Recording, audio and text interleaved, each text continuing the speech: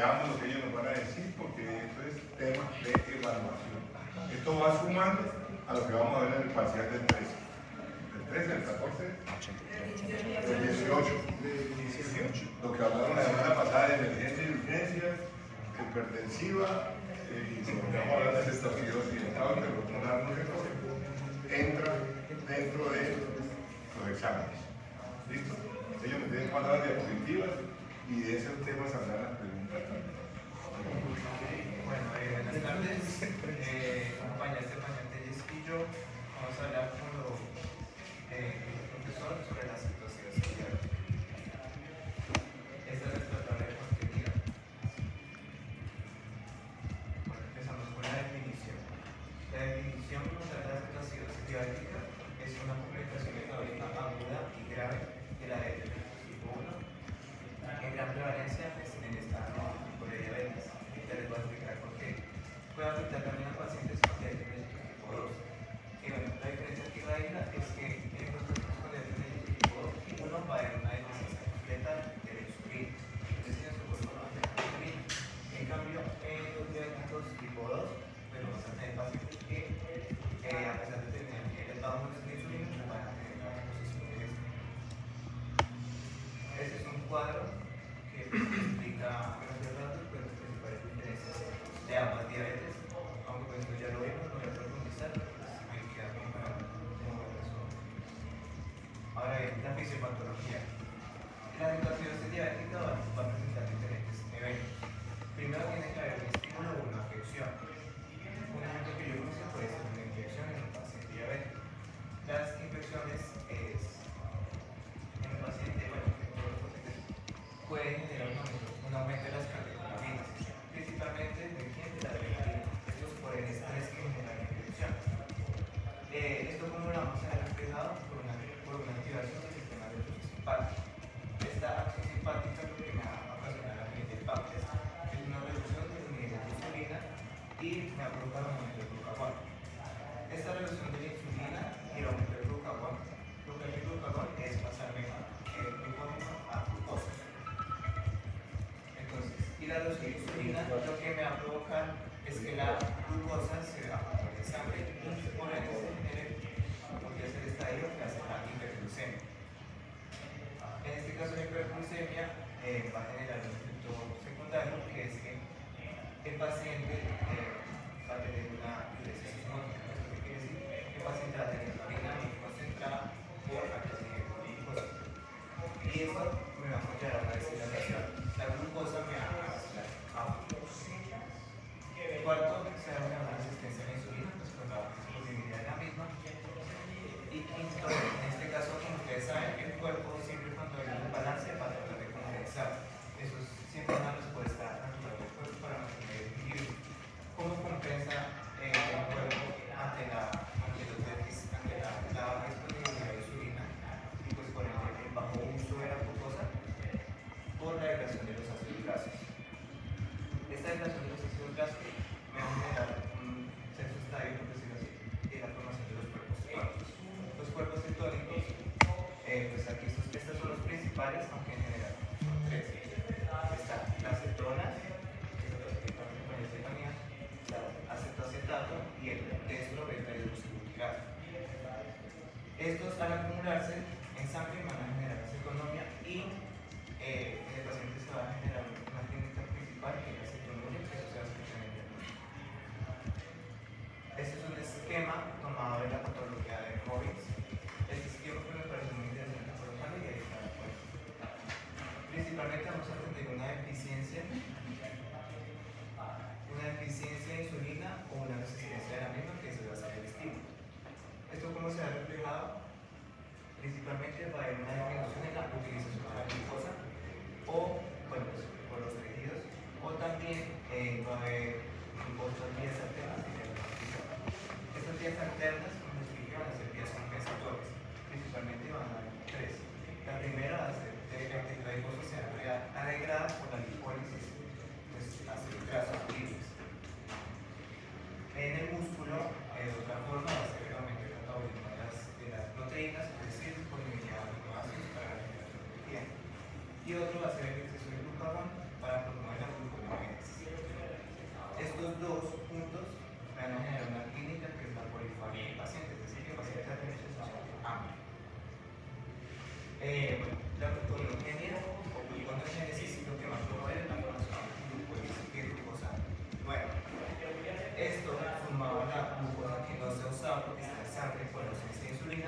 puedan generar hiperglucemia en el paciente. La cetogenia, que principalmente por la degradación de los brazos, me da promover la cetoacidosis, que pues ya es una la que y estas dos, las situaciones de hiperglucemia, me van a afectar el riñón directamente, pues porque el riñón lo que va a hacer es filtrarme glucosa y filtrarme los cuerpos cetónicos para liberarlos y se genera acetonuria y la glucosuria. Juntas me van a generar poliuria, que es que el paciente va a orinar demasiado. Y eso se ha reflejado como una depresión del volumen o un choque hipovolémico por deshidratación. Cetoacidosis más la depresión del volumen van a generar un coma diabético, que eso puede conllevar a la muerte del paciente. Y por último tenemos la polidipsia, que es que el paciente tiene mucha sensación de sed por la misma deshidratación. El diagnóstico pues, de los que tomamos principalmente se va a ser la glucometría o la glucemia. Estos pues aquí están los parámetros que ya los hemos estudiado y pues el principal que debemos tener en cuenta es que para la cetoacidosis diabética vamos a tener una glucemia mayor a 250 miligramos sobre decilitro. Otras vías de diagnóstico pues principalmente van a ser las medidas que nos brindan los gases arteriales. Entonces la glucemia, como se nos dije, el pH va a ser un pH ácido. ¿Por qué? Por la acumulación de cuerpos cetónicos principalmente y por el estrés que generan las células por exceso de glucosa, sea una glucólisis anaeróbica. El pH, pues aquí las cetoacidosis la clasifican en tres, pero pues ahí están las diferencias. El pH ácido, el bicarbonato, pues en compensación a la acidosis metabólica va a estar bajo. Sabemos que los valores normales son de 24. El hiato iónico es un valor que me permite determinar el desequilibrio de ácido-base del paciente. Pero lo importante es que deben saber que un hiato iónico mayor a 12 me indica una acidosis metabólica. Y también evaluamos el nivel de conciencia glucosal. Entonces, en la leve va a estar alerta, en la moderada, alerta somnoliento, y en la grave puede ser conmodulado, que es tipo coma. Otras pruebas que se usan, pues, están las tiras reactivas de orina o compostes, que pues, aquí principalmente lo que quiero tener en cuenta es que se usan principalmente para determinar los cuerpos cetónicos en orina. Eso ya se lo voy a explicar. Esta pues la determinamos como una tríada de la cetoacidosis diabética, que me parece importante tener en cuenta. Principalmente la hiperglucemia mayor a 150, eso es clarísimo. Segundo, las cetonas en sangre o los cuerpos cetónicos en orina. Esto quiere decir que pueden haber dos o más tiras lácteas o dos o más cruces. Me hacen pensar que el paciente tiene la cetoacidosis. Y tercero, la acidosis, un pH menor a este valor, un bicarbonato bajo, me hace pensar en una acidosis metabólica. Continuando, haremos un poco de biología. Ya claro, parece una exposición muy puntual, muy académica. No es una profundización, pero sí es un esquema que le permite a uno tomarse una idea de a quién le hace perder diabética, cómo se comporta, qué mecanismos tenemos para ella, los síntomas. ¿Sí? Para que uno deje de preguntarle por qué le da polifagia. Aquí Asdrúbal nos lo ha explicado nuevamente, por qué tiene poliuria, que está la explicación clara en estos casos, y la diferencia y el método diagnóstico, ¿cierto? Debería llamar, y a mí como estaba en la ustedes llaman una atención, que se ponga tan grave con glicemia apenas mayor de 250. O sea que el componente importante no tanto es el azúcar, sino los cuerpos cetónicos, la degradación de esos ácidos grasos para generar un cetonel y cetonuria y llevarnos a la acidosis metabólica. Continuando, haremos un poco de energía. ¿Quiénes son los mayores incidentes o qué tanto se da? Entonces, principalmente tiene mayor incidencia en niños y también en personas de bajos recursos. Según lo que leímos en el artículo, personas de bajos recursos. ¿Por qué? Porque como esto se da porque generaba la diabetes mellitus, entonces las personas que no pueden hacer un tratamiento, que no pueden comprar los medicamentos para controlar su diabetes, pues esto es lo que va a presentar, entonces cetoacidosis diabética. Hay además que tener en cuenta que se presenta principalmente como he mencionado, igual que en la presentación, en niños, porque pues estos van a presentar diabetes mellitus tipo 1. Y a pesar de que se tienen bastante, o sea, se tiene bastante tratamientos para la diabetes mellitus y pues para la cetosis diabética, se ve que tiene una alta tasa de mortalidad y morbilidad. Bueno, en manifestaciones clínicas que tenemos, entonces en un principio, pues tenemos los síntomas claros, como ya había socializado el lugar, pues tenemos en principio la poliuria, que pues es exceso en el volumen de orina, tenemos polidipsia, que pues es como es excesiva sed, y tenemos pérdida de peso. Asimismo tenemos síntomas inespecíficos, como por ejemplo, el paciente puede llegar fatigado. ¿Por qué? Porque por falta de insulina, pues las células no van a poder utilizar la glucosa, entonces el paciente se va a sentir como débil, fatigado. Otros síntomas que son frecuentes es que el paciente tenga vómito y náuseas. ¿Por qué? Porque al acumularse los cuerpos cetónicos en la sangre, lo que va a generar es irritabilidad gastrointestinal, lo que va a provocar como respuesta son los vómitos y náuseas y dolor abdominal intenso. Asimismo, tenemos que pues, en el examen físico vamos a encontrar que el paciente tiene una respiración de Kussmaul, que pues, va a ser una respiración profunda, pero dificultosa y rápida al mismo tiempo. ¿Esto a qué se debe? Pues recordemos que el paciente está en una acidosis metabólica. Entonces es como una respuesta compensatoria para que él pueda eliminar pues, estos cuerpos cetónicos que la mayoría se eliminan por la vía respiratoria y asimismo es como medida de esa acidosis metabólica. También se va a pasar algunas características que el paciente va a tener una alergia a frutas. Esto es debido pues, a la acumulación de cuerpos cetónicos, principalmente en las cetonas. Si continúa pues, esa persistencia del estado cetónico, que el paciente va a estar deshidratado, va a estar con este desequilibrio electrolítico, pues lo que va a llevar es que haya una depresión del nivel de conciencia que lo puede llevar a un estado de coma.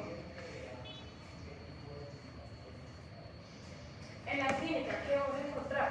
Vamos a encontrar una taquicardia. Ustedes dirán, yo también pregunté por qué. Eso es debido a la deshidratación del paciente. Entonces, deshidratación va a disminuir el volumen sanguíneo. Entonces, lo que va a pasar es que va a aumentar el ritmo cardíaco, pues para que vaya una perfusión a todos los tejidos. Va a haber también una hipotensión arterial, va a haber una respiración de Kussmaul, el letargo, pues como ya les he dicho, pues porque no hay insulina en el cuerpo, las células no van a poder utilizar la glucosa, pues por eso el paciente se sentirá así como somnoliento, cansado, porque no va a tener esa energía. Otros pues afecta principalmente, como ya sabemos, la glucosa es muy importante para el cerebro. Entonces, otros son los signos de deshidratación. Entonces, pues también el paciente, pues al estar eliminando, va a estar eliminando bastante orina, pues se va a deshidratar también. Y pues no sabemos que este paciente si toma bastante agua o no, entonces lo que vamos a tener es la representación de que va a haber mucosas secas y piel seca. Asimismo, pues va a haber una disminución de la turgencia por esa deshidratación, o sea, va a haber disminución de la electricidad de la piel. Bueno, el tratamiento. El tratamiento es todo de como un paso a paso. Entonces, en un principio lo que vamos a hacer es que nosotros tenemos que centrar en corregir hiperglicemia, que recordemos que está muy alta, una glicemia mayor a los 50, una acidosis y una deshidratación, que se hace lentamente 48 horas. Entonces, ¿cómo iniciamos? Pues primero tenemos que ingresar al paciente, hospitalizarlo, observar claramente sus síntomas y pues así, cuando se observan, vamos a intentar hallar la resolución de cada uno de estos. Entonces, en un comienzo vamos a rehidratarlo. ¿Cómo se hace esto? Entonces, para rehidratarlo empezamos con una solución fisiológica o salina al 0,9% de 10 mililitros sobre kilogramo por una hora. Luego de esta como dosis inicial, vamos a tomar al paciente, vamos a mirar cómo está el sodio del paciente. Entonces vamos, para poder tener como ya después una dosis y modificar el porcentaje de la solución salina y darle como una dosis de carga de mantenimiento de pues, la solución fisiológica. Entonces en primera, si el paciente está tiene hiponatremia, entonces se le va a continuar con la solución salina del 0,9%. Sin embargo, cuando el paciente vemos que está con la anemia normal o la tiene muy elevada, pues lo que vamos a hacer es que vamos a disminuir la solución salina al 0,45%. Luego de esta hora, ya cuando miremos en qué porcentaje va a entrar la solución salina al paciente, vamos a tener una regla, que es la regla 4-2-1, que en esta regla pues va a ser una regla para la dosis de mantenimiento de la solución salina, porque la solución salina se va a durar 48 48 horas. Entonces, en un principio se tiene que dar 4 mililitros sobre kilogramo sobre hora para los primeros 10 kilogramos de peso. Esto, teniendo en cuenta que vamos a trabajar es con niños. 2 mililitros sobre kilogramo sobre hora, pues sería para los siguientes 10 kilogramos de peso, entonces sería como para niños entre 11 kilogramos y 20 kilogramos. Y finalmente para los niños que ya tienen un peso, por ejemplo, mayor a 20 kilogramos, se le va a dar una dosis de mantenimiento de insulina de 1 mililitro sobre kilogramo sobre hora. Hay algo que hay que entender, era que, por ejemplo, a la insulina se le puede disminuir mucho la glucosa. Entonces, al disminuir mucho la glucosa, pues tampoco sería bueno. Entonces, dependiendo de cómo tiene la glucosa, también se le puede administrar una solución salina de 5 o 10% de glucosa en la solución salina. Bueno, hay que tener en cuenta que porque se está expulsando tanto líquido, tanto en la orina, también se puede estar expulsando otros electrolitos, como en el caso del potasio. Entonces, hay niños que pueden tener déficit de potasio de una hipocalemia. Entonces, cuando tiene una hipocalemia, lo que vamos a hacer es que a la solución salina le vamos a agregar los siguientes, vamos a agregar potasio de 20 a 30 miliequivalentes sobre hora con el cloruro de potasio y a una solución salina de 0,45%. Hay un que también se nos recomendaba para subir un poco el bicarbonato y desconocer los valores, era, pues esto la verdad es como muy controversial, porque dicen que el bicarbonato todavía no se considera que haya mayor probabilidad de que el tenga un edema cerebral. Entonces, sea como específicamente para los casos, para cuando el paciente tiene un pH menor a 6,9. Y esto se le va a dar 100 equivalentes y 400 mililitros de solución fisiológica con 20.000 equivalentes de cloruro de potasio a un ritmo de 200 mililitros sobre hora durante 2 horas. Posteriormente, al paciente también se le puede dar una insulina. Y es que existen dos dosis. Hay una estándar y hay una que está estudiado que es como nueva, que es una dosis mucho más baja que los previene que el paciente no sufra de edema cerebral. Entonces, la dosis estándar es una infusión endovenosa de 0,1 unidades de kilogramo sobre hora en una hora, cada hora. Y después se van a fluidoterapia. Después de la fluidoterapia.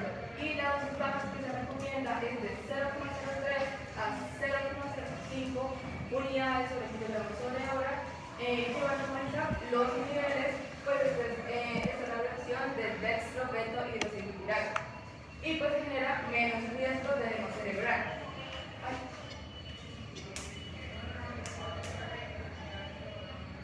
Bueno, cuando en dado caso que veamos que el paciente ya se está presentando la cetoacidosis diabética, entonces lo vamos a ver que se está corrigiendo, pues que tiene un pH mayor a 7,3, el bicarbonato está mayor a 15 milimoles por mililitro y pues el dextro beta hidroxipirato pues hasta mayor a 1 milimol sobre litro.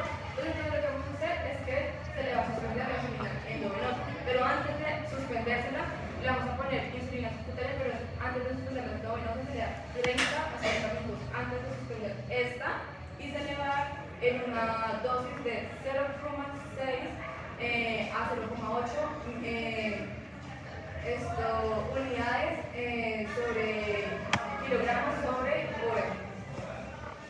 Y pues de esta manera se da el tratamiento pues, de las personas que tienen cetoacidosis diabética. Y ya como para finalizar, esta es la recomendación de toda la exposición. ¿Qué pueden parecer?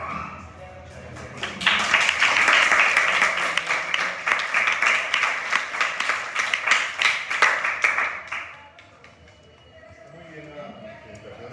Hay que algunas cosas puntuales.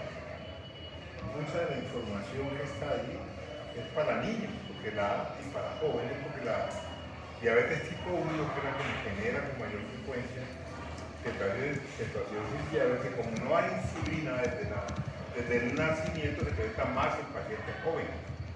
Esto antes se llamaba diabetes juvenil. Entonces, por eso, pero el diabético tipo 2 también le da situaciones diabéticas con menor frecuencia y hay que tratarlas con los mismos parámetros. Hay cosas que son importantes de decir. La prioridad de cetoacidosis no es poner insulina como creería uno, es recuperar el estado hemodinámico del paciente.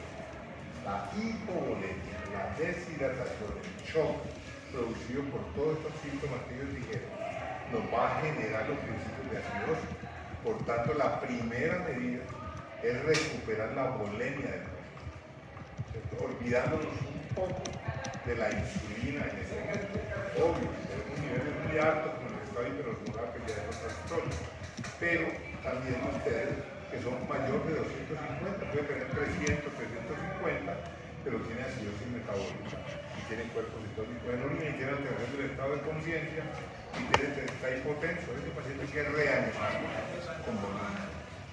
Otra cosa puntual, la reposición de los electrolitos que nos faltan, del potasio o que nos sobra, del sodio, se hace puntual por cada paciente de acuerdo a su vida, peso, considerando siempre, en el caso del sodio, por ejemplo, cuál es el porcentaje de sodio de las mujeres, de agua corporal de las mujeres y de los hombres. Recuerden que hay una diferencia entre el volumen corporal y eso también significa la diferencia de sodio. Entonces los cálculos los hacemos sobre el peso del paciente y hay fórmulas especiales para eso. Bicarbonato, solamente, pues estaba diciendo la Estefanía, la única indicación de poner bicarbonato es pH menor o igual a 7 y bicarbonato menor o igual a 6.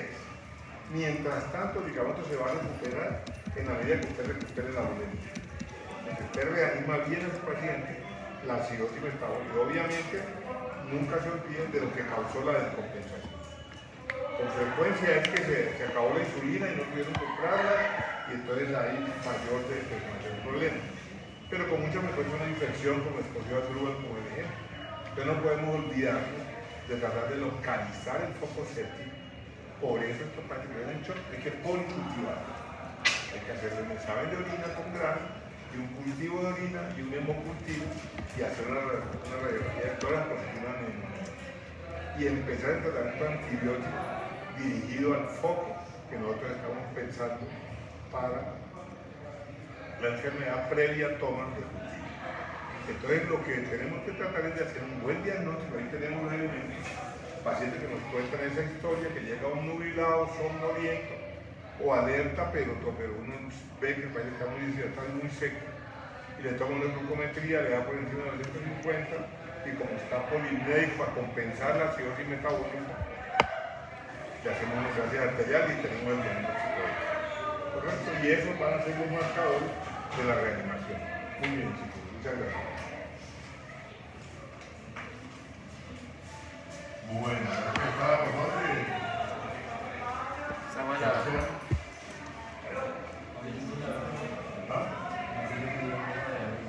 a seguir el día 20.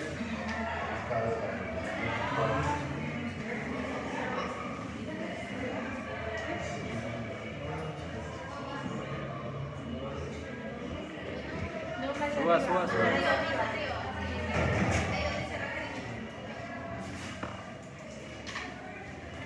Ahí. Tatiana, ¿cuántas gramas de insulina por ser? ¿Cuál es una natural?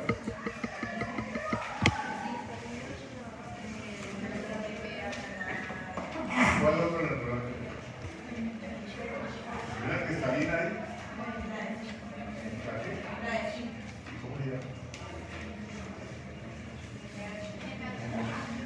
NPH.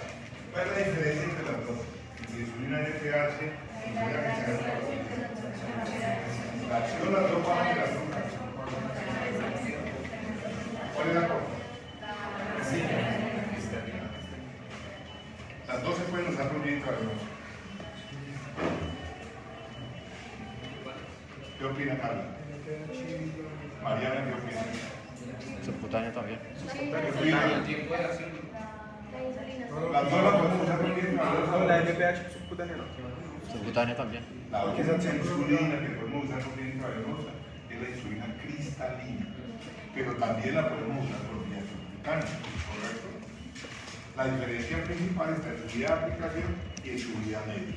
Mientras la insulina cristalina es una insulina de acción corta, con efecto rápido, la insulina NPH es de acción intermedia.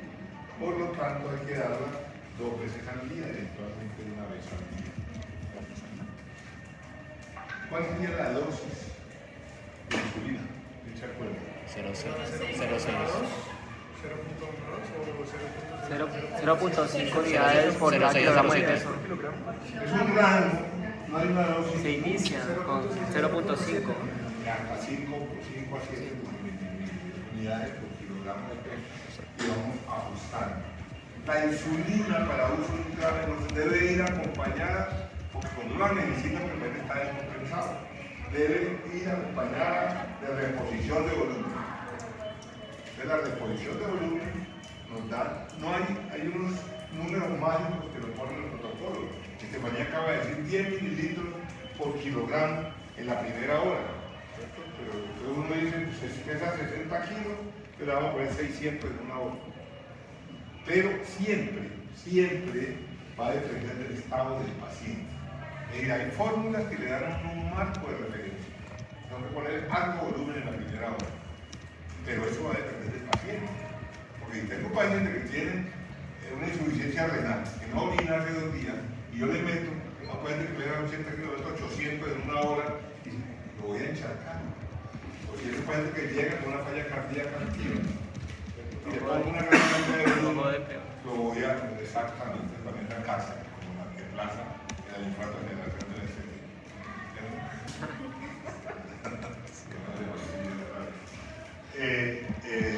entonces, siempre tenemos que considerar el uso de insulina. Pero ¿a quién le vamos a empezar insulina? Tengo mi paciente diabético, lo hemos manejado con todo lo que aprendimos. Por ejemplo, con los inhibidores del DPP4, que ¿cuáles son negros? ¿Inhibidores del DPP4? Perdón. La piedra. Las pectinas, ¿Cuáles? salada, citaquilina,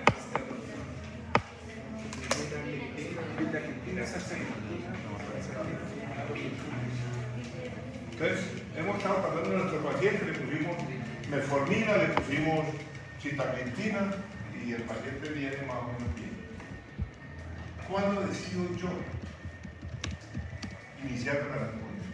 Cuando no les funciona el tratamiento ¿Cuándo qué? no les funciona el tratamiento ¿Cómo considero yo que el paciente no responde al tratamiento? cuando están la insulina, los niveles de glucosa no están en los rangos que queremos, ¿cómo llaman eso? No sé. Rangos normales, o sea, no lo controla, no se controla con los medicamentos. Ajá. O sea que lo tengo con metformina y mantiene glicosilada por encima de 8 y glicemias preprandiales me llega todos los días con 170. ¿Qué hago? Tengo metformina, 850, 3 veces al día, o sea, 2.500 miligramos como dosis máxima. Entonces, ¿me pasa insulina o no? Sí. No, a ella no le va a pasar insulina, usted sí. Sí. ¿Por qué sí?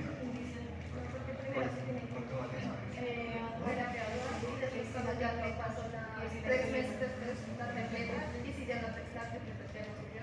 Después de 3 meses, ya Es, no corramos, ¿cierto? Primero hay que caminar antes de empezar a correr, como decía la palabra.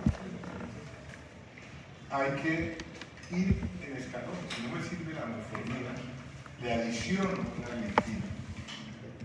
Y si con eso no logro mis metas, le puedo dar un GLP-1 o un IGSLT2 para lograr las metas. Voy aplicando medicamentos con distintos mecanismos de acción para ver si logro mis metas. Y sí, obviamente hay que agregarle a eso la dieta, la disminución del peso, el abandono del tabaquismo. Y si con eso no logro meta, me veo en la obligación de escalar el tratamiento con insulina, ¿correcto?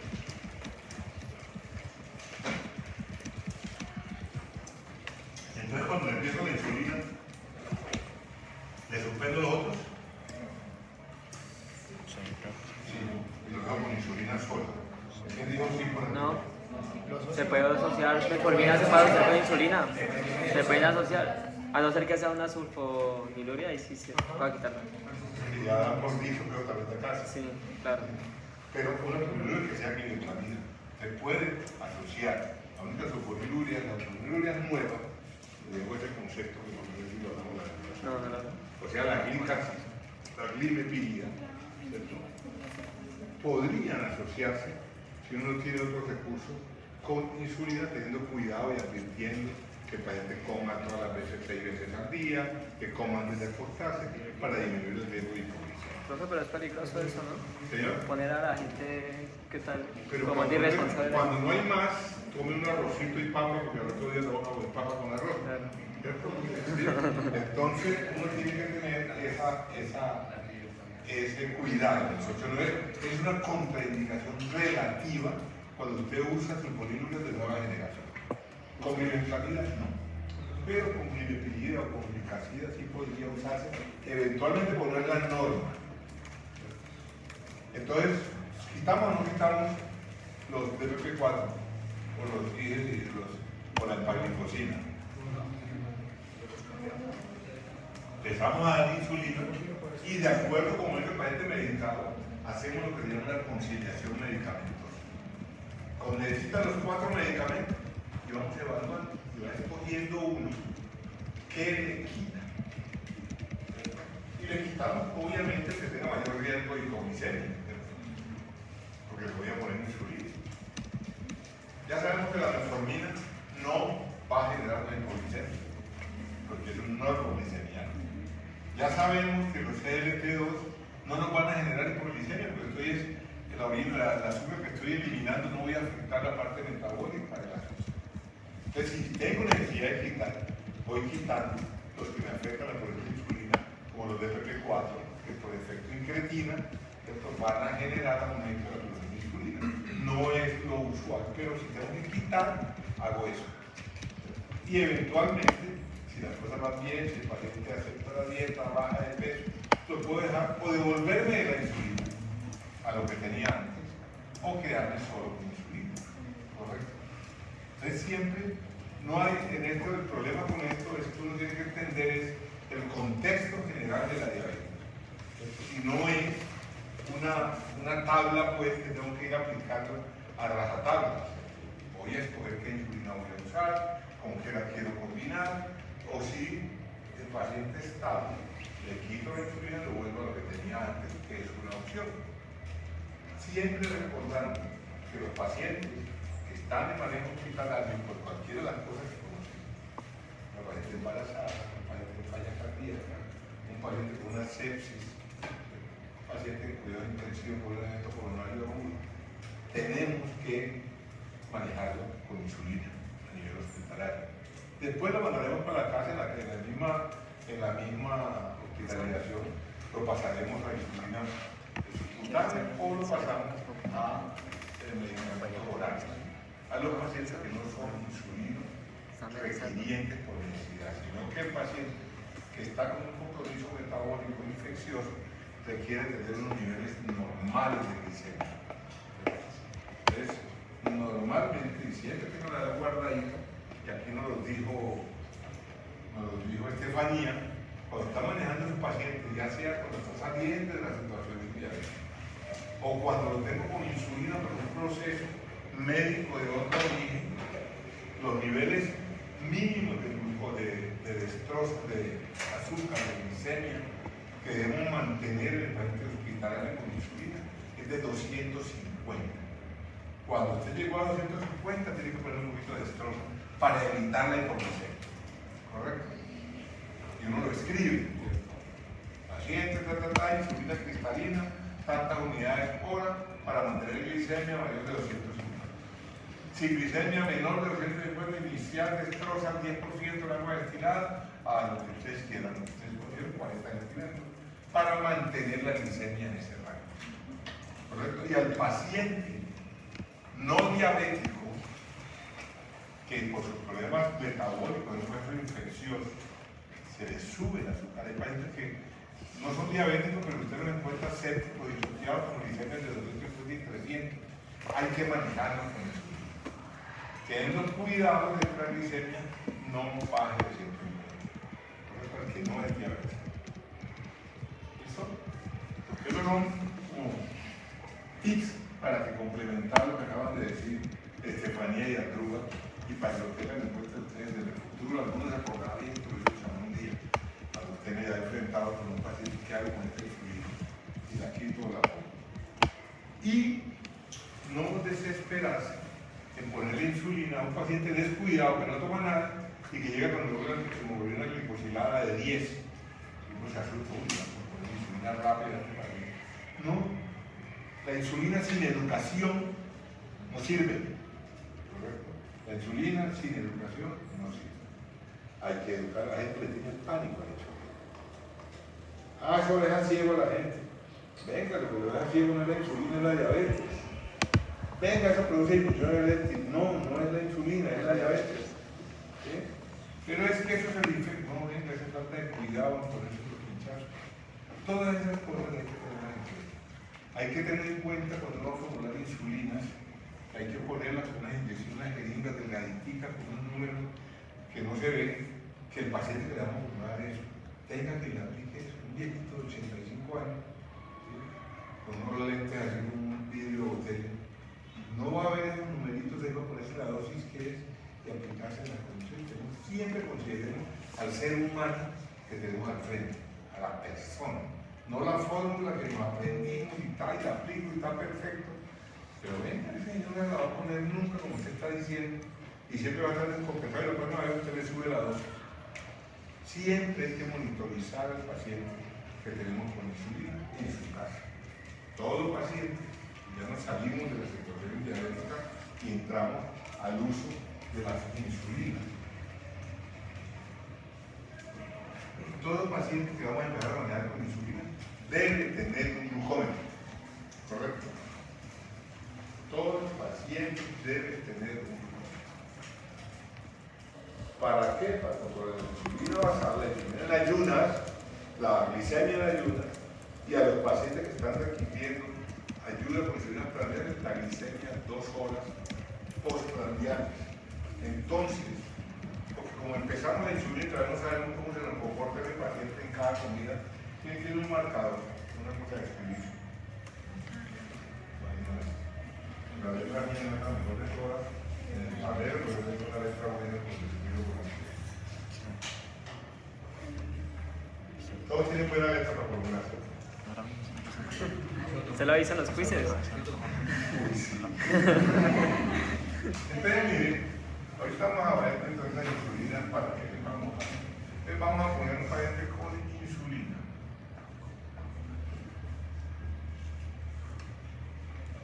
Y tengo mi decisión tomada y le voy a poner una unidad por kilo a 24 horas. ¿Ves Pablo Melissa? ¿Cuánto pesa Paula? ¿Dónde está Pablo Melissa? ¿Cuánto pesa? Bueno, 70 no le pasa, que ya me quería muy amable. Entonces, 70 kilos. Entonces, le vamos a poner 70 unidades diarias, ¿correcto? Entonces, le vamos a poner insulina glargina. Y le digo, usted a las 9 de la noche le va a poner, eso suena exagerado, pero bueno, digamos que le vamos a poner 20 unidades de insulina glargina a las 9:20. ¿Listo? Ese es el esquema de ella, pero yo no sé cómo se va a comportar durante las 24 horas. Llegó diabética, venga, Paula, usted no está juiciosa, pero no se comporta, sigue pesando bastante, usted no se cuida de la comida, se ha tomado los medicamentos, pero usted no está, y vamos a pasarnos a insulina para protegerte de muchas cosas. Entonces, listo, y la dosis que me dio fue 20 unidades para cada 24 horas. Pero para yo saber que ya está bien controlada, le voy a decir, tenga su glucómetro y vamos a hacer una tablita, donde decimos aquí, lunes, martes, miércoles, jueves, viernes, sábado y domingo. Y cada día intercalado,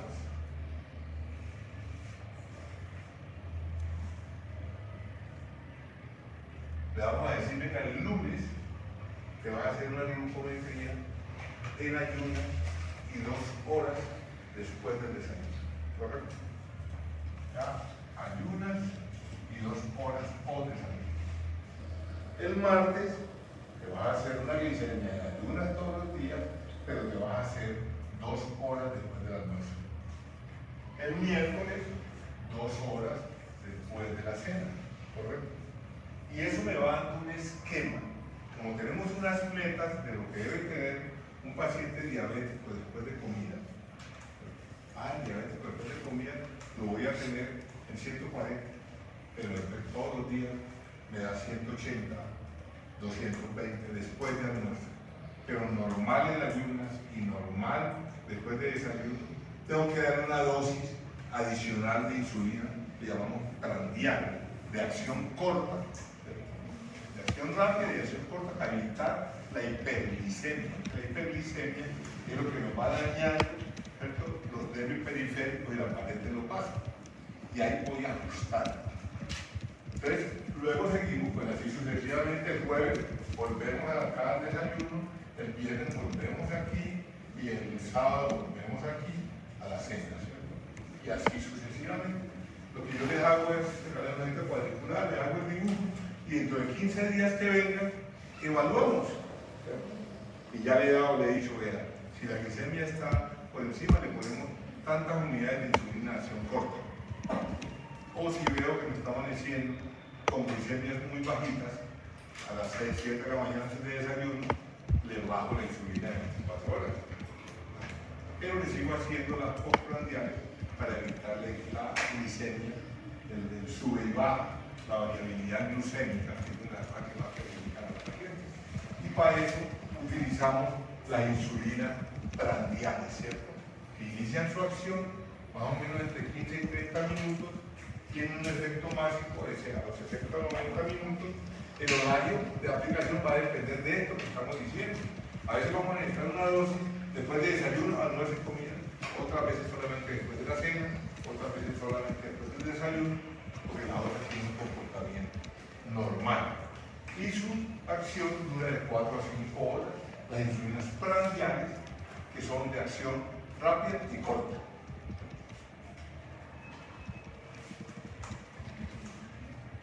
Se absorbe poquito, la acción se empieza como dijimos, y un pico máximo hasta de 8 horas tiene la insulina prandiales. En cambio, ¿y cuáles son las prandiales? 1, asparta. 2, glulicina. 3, lispro, ¿cierto? Unas 3 que tengo.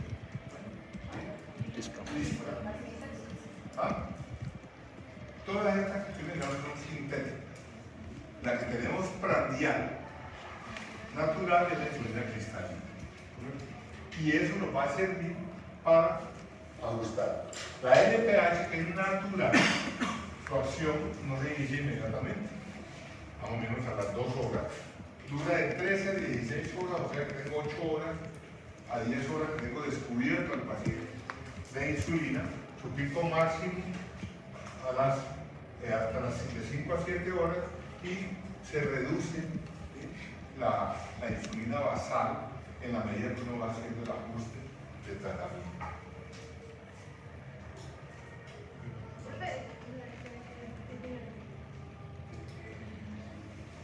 Pasó aquí, Sebastián.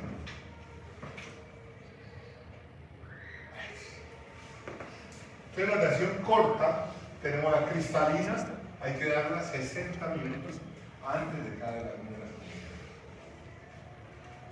Útil en las situaciones de diabetes, como acaba de decir Estefanía, en los perioperatorios de los pacientes insulino dependientes, ¿sí? Y los análogos de insulina, o sea, la que le acabo de decir, la asparta, la glulicina, la lispro, la damos 20 minutos antes de comida, que son las que tenemos aquí mencionadas. Asparta, glulicina, lispro. Es como formula nuestro paciente. Como aplicar glucina o NPH, que no tenemos otra, tantas unidades. Ponemos el 60% por la mañana y el 40% por la noche. Si le voy a poner 40 unidades, le voy a poner 24 en la mañana y 16 en la noche, en la tarde. Y les pongo las insulinas de rescate según glucometría. teóricamente debería ser pues, uno todos los días, pues usted sabe, bueno, se imagina la gente chuzándose la yema del dedo 4, 5, 6 veces al día, la gente no aguanta. Entonces, por eso hacemos esquemas resumidos para poder manejarlo así. Las prolongadas, la NPH, 2 veces al día, requiere refrigeración. Refrigeración no es en el congelador, sino en la puerta de la nevera. ¿Correcto? Análogo, la glargina, que les estoy mencionando, se llama comercialmente Lantus.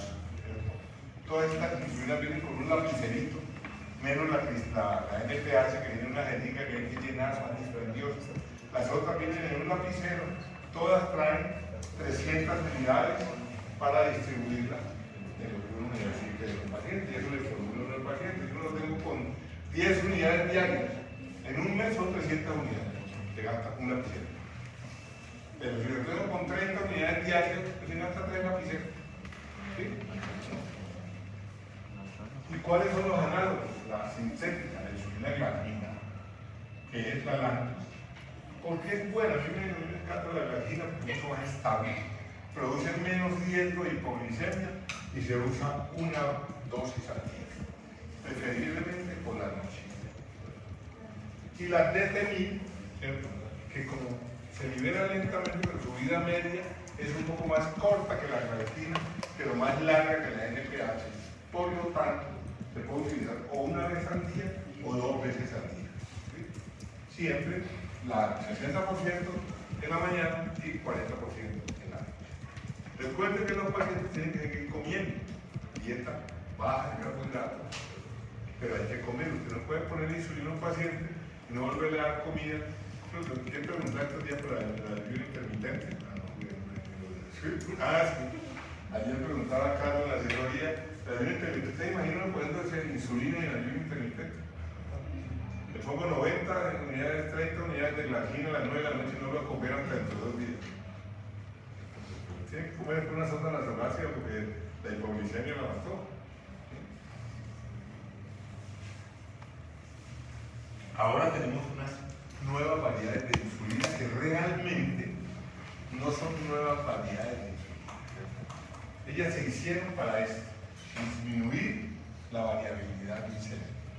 Variabilidad glicémica es que usted tiene ahorita 180, por la tarde 70, más tardecito 220. Eso daña la pared de los vasos, daña los nervios periféricos, daña el cerebro. Entonces crearon insulinas, ¿sí?, que disminuyen el riesgo de hipoglicemia y de la variabilidad, dosis única diaria, y se llaman las dos, se llaman Degludec, insulinas Degludec o Tuyeo, ¿sí?, o insulinas Tuyeo. La diferencia es que, por ejemplo, el Degludec trae 450 unidades, por lo tanto su liberación viene concentrada para una liberación más lenta y más progresiva que nos pueda traer a través de un patrón. De estas insulinas han venido personas que se usan, son análogos de los, son más lentas, pueden durar hasta 24 horas la acción, el horario puede pues, ponerse uno, si va a durar 42 horas, le puedo poner cada 24, cada 36 horas, por ejemplo. El control de azúcar es más o menos lo mismo, produce menos hipoglicemia. ¿Y a quién se lo vamos a dar? ¿Sí? A los pacientes que están tomando otras insulinas y hacen episodios de hipo o hiperglicemia, ¿correcto? Y pues ahorita vienen combinadas estas con los GLP, con los GLP-1 como la liraglutida para el manejo de la diabetes. Entonces combinan un análogo de insulina con un GLP-1 que nos sirve para dos cosas. Tratamos la diabetes y tratamos la obesidad en caso necesario. Preguntas de insulina. Profe, una pregunta. Eso. ¿Qué tan costosas están las insulinas? No, eso tiene que ver en la EPS mismo. No, pero me refiero, por ejemplo, a una persona que nos llegue por consulta externa, que no tenga de pronto seguro. Eso es un tratamiento de los pues, sé que allá la familia rica por allá puede sostenerlo, pero ese tratamiento no lo sostiene uno en el bolsillo de uno. ¿Sí? ¿Cuánto debe valer un tratamiento mensual con insulina glargina que no necesitan? Recuerden que los diabéticos casi nunca andan solos. La diabetes casi siempre viene con hipertensión arterial, viene con dislipidemia. Una caja de atorvastatina vale 200.000 pesos. ¿Sí? A una ampolla de 300 unidades de glargina deben valer, no me lo crea a mí, deben valer por ahí mismo 150.000 pesos. Y el candesartán o el nirresartán que le doy para la presión, porque es reducido, vale unos 250.000 pesos, entonces son 800.000 pesos en un día. Eso es bueno, pues si uno tuviera una diarrea, una churria y le dan una loperamida bien cara, tico, le quitó la diarrea, un día se la gastó, pero un tratamiento para toda la vida. Entonces no aguanta. Eso, yo hay pacientes que les empiezo glargina en mi consultorio, pero le dice el doctor de la compra, no vaya, saque cita a la EPS y le da una notita. Y si tu paciente o le entrego la historia clínica y que vaya allá y hable con el médico general que la formule. Porque es que vale mucho dinero y estamos pagando. Uno no debería tener que comprar ningún medicamento. Porque parece el sistema de salud. ¿Cuánto le descuentan? Yo pago por salud casi 1 millón de pesos mensuales y nunca lo utilizo.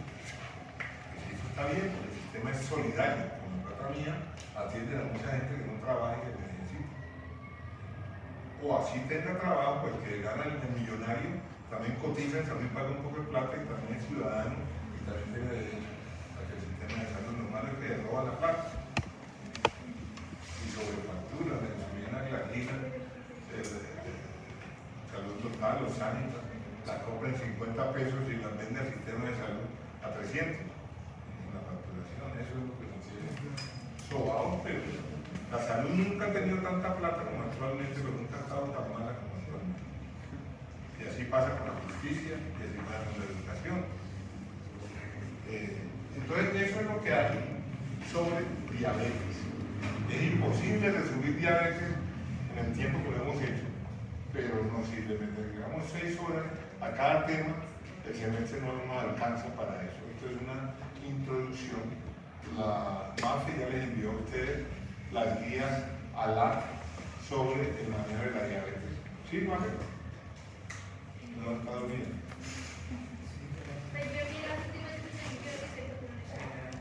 Sí. ¿Quién más las vio? Sí, la diabetes. Ya las envió, pero no las ha visto, ¿cierto? ¿Ya las miró, Alexandra? Ah. Las abrí. No abrió. Abrí en el principio, ¿qué era? La descargué. Ah, descargó. La descargué. Eso es decir, lo que yo digo aquí es una referencia. Esto no puede ser un tratado de diabetes, es imposible, ni yo ni ninguno. Lo que está, la sustancia de eso, está en esas guías que no son nada complicadas, son muy puntuales, son muy claritas. Ya lo de las otras cosas, el metabolismo, el ATP, toda la glucohemólisis, la lipólisis, lo van a ver en el libro de Harrison, que todos ustedes lo van a tener para eso. ¿Listo? Profe, una pregunta, ¿tantos medicamentos para tratar la diabetes y la hipertensión no puede provocar falla hepática? Entonces lo que pasa es que la hipertensión y la diabetes también. ¿Ya? Entonces uno tiene que escoger, ¿sí? Como dicen, escoger entre el cáncer y el SIDA. ¿Sí? Pero realmente muchos no van a producir los antihipertensivos, por ejemplo, ¿cierto? Su eliminación es la mayoría un metabolismo hepático y eliminación renal. Pues no hay descritos casos de insuficiencia hepática asociados a los antidiabéticos orales ni a la combinación con antihipertensivos realmente. Pues es un riesgo, un paciente con 2 comorbilidades importantes, tiene trastornos de la perfusión, tiene trastornos del metabolismo, tiene afectación metabólica por el glucagón, por la incretina. Todo eso puede hacer que muchos órganos disfuncionen. Al final, cuando llega a la edad que tengo yo, la mayoría de los órganos tienen algún grado de fatiga por todo lo que ha tocado trabajar. Por eso es que la vida es finita. ¿Cierto? La vida se acaba porque muchas cosas que nos van acabando a todos nosotros. ¿Listo? Entonces, ¿cuáles son las biguanidas, Laura? ¿Cuáles son las biguanidas?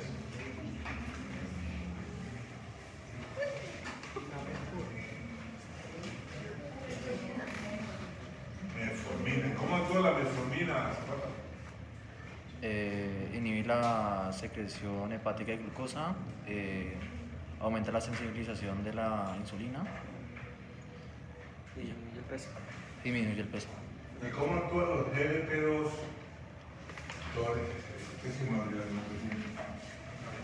¿Cómo? David Santiago Díaz. Lo tuve como Ortiz, eso tiene sobre la lista a la pobre madre.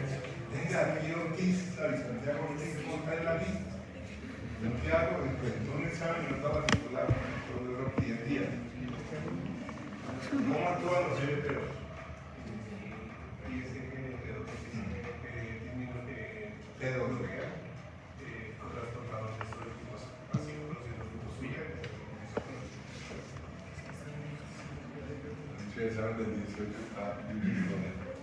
Vamos a te ayuda. Profe, una pregunta. En la diabetes gestacional, ¿qué tipo de insulina se usa? Puedo usar cualquier lácteo, pero preferiblemente NPH. Pero puedo utilizar glicina. Pues vamos a seguir hablando de otro tema del componente metabólico, de los factores de riesgo que hemos hablado tantas veces. Vamos a hablar de lípidos, pues el colesterol. Los lípidos es un capítulo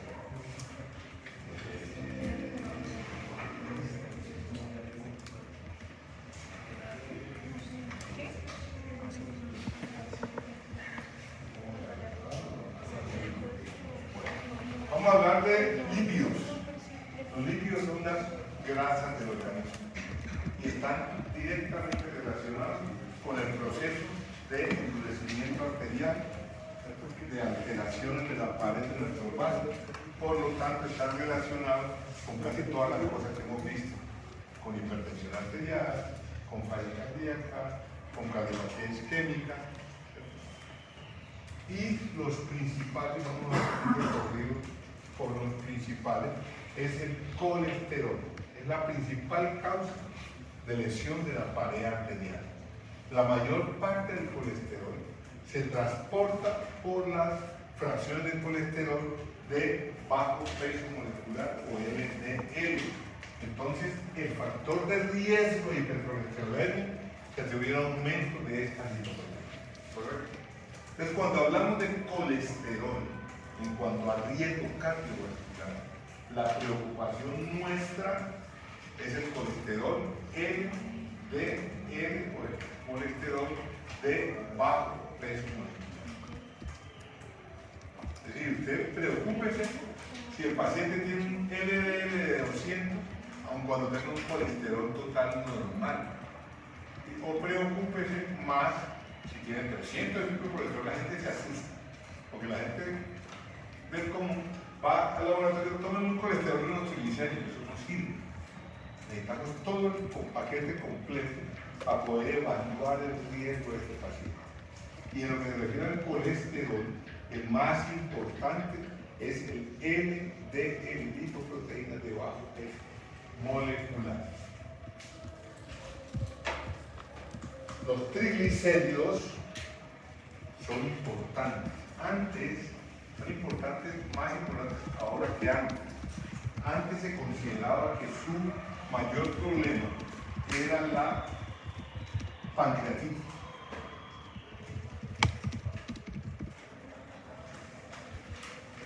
Pero ya está demostrado que es un factor de riesgo independiente. Y si ustedes revisan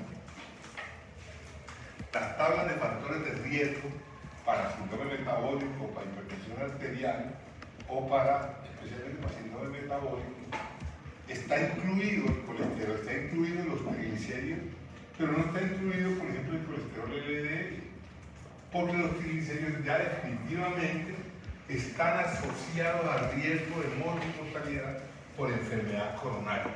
Por tanto, en mi primera época, cuando empecé a oír hablar de lípidos, yo no me preocupaba por los triglicéridos, decía, no, eso hacemos un poquito de dieta y con eso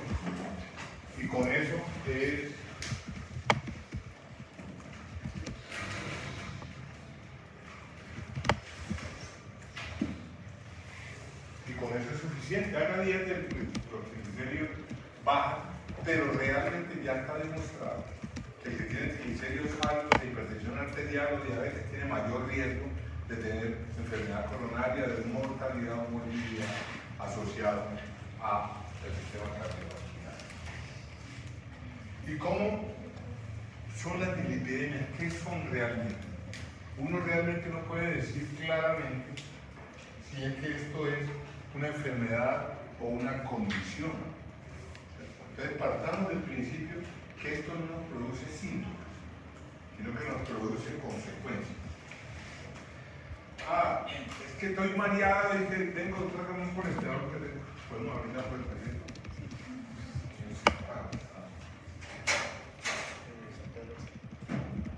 El colesterol no produce mareos, no es por un surumbático, nada de estas cosas, no le echen la culpa al colesterol, donde parece que estoy como mareado, pero perfil líquido colesterol de 280, voy a hacer colesterol. Es lo que estamos engañando. Es una condición, es un factor de riesgo importante que es asociado a un disturbio metabólico, ¿cierto? Conjunto de patologías caracterizadas por alteraciones en la concentración de los lípidos sanguíneos, componentes de las lipoproteínas a un nivel que pone en riesgo la salud. Un factor de riesgo. Es un término genérico para determinar cualquier situación clínica en la cual hay concentraciones anormales de colesterol total, HDL, LDL o triglicéridos. Entonces, cuando piden el examen, piden un perfil lipídico completo para poder hacer las evaluaciones del examen. ¿Y qué le damos importancia enorme? Al LDL. Y vamos a ver los valores normales y cuando más adelante van a estar los valores normales del colesterol. Se basa en los niveles de diagnóstico, niveles sérios que acabamos de decir, y recordando que el colesterol total es la suma de todas las lipoproteínas. Pero no solamente de LDL, sino de unas proteínas pequeñas, más chiquitas que ellas, que sumadas nos dan el colesterol total. Y nos falta ahí uno que se llama colesterol no HDL, que es el colesterol que sumamos LDL, LDL, le quitamos el colesterol total, que también es un factor de riesgo independiente. ¿Y qué es lo que ocurre con el colesterol? Eso se fija en las placas, como vimos en la cardiopatía isquémica, especialmente el colesterol LDL, que es un colesterol inflamatorio. Se fija en la pared, forma una placa que se rompe.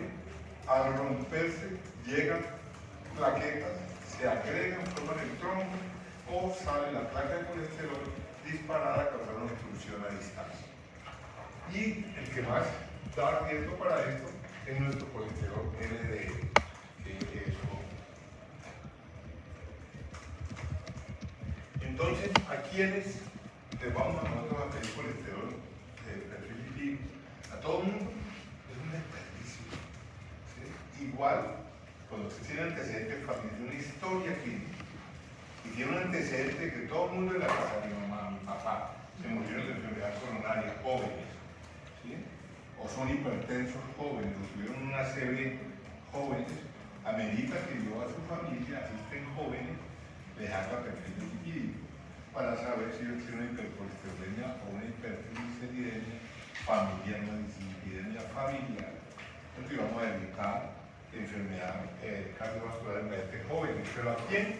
A los hombres mayores de 45 años ameritan que de entrada en el examen de rutina le hagamos un perfil de lipídico. A la mujer postmenopáusica sin terapia de reemplazo hormonal. Los estrógenos que se acaban en la menopausia tienen un efecto importante en el metabolismo de los lípidos y no tenerlos nos genera aumento de estos lípidos para estos antecedentes de aterosclerosis clínica en familiares de primer grado. ¿Qué quiere decir aterosclerosis clínica? Lo que hemos estado diciendo: hipertensión, cardiopatía isquémica, enfermedad cerebrovascular, enfermedad renal periférica, insuficiencia renal. Todo eso son marcadores de enfermedad cardiovascular y ameritan que nosotros tengamos eso. Y familiares en primer grado. ¿Cuál es el primer grado de consanguinidad? Hijos. Papá e hijos, dice la mamá no. También. ¿Listo? Pero también recuerden que la herencia es una cosa aleatoria. No es que todos vamos a salir iguales. Unos salimos más bonitos que otros, y otros en cambio sí nacen enanos. En mi casa hay 2 negros oscuros, 2 monos y 2 trigueños. Entonces, cuando nos ponemos en broma, empezamos a revisar el vecindario a ver cómo fue la cosa.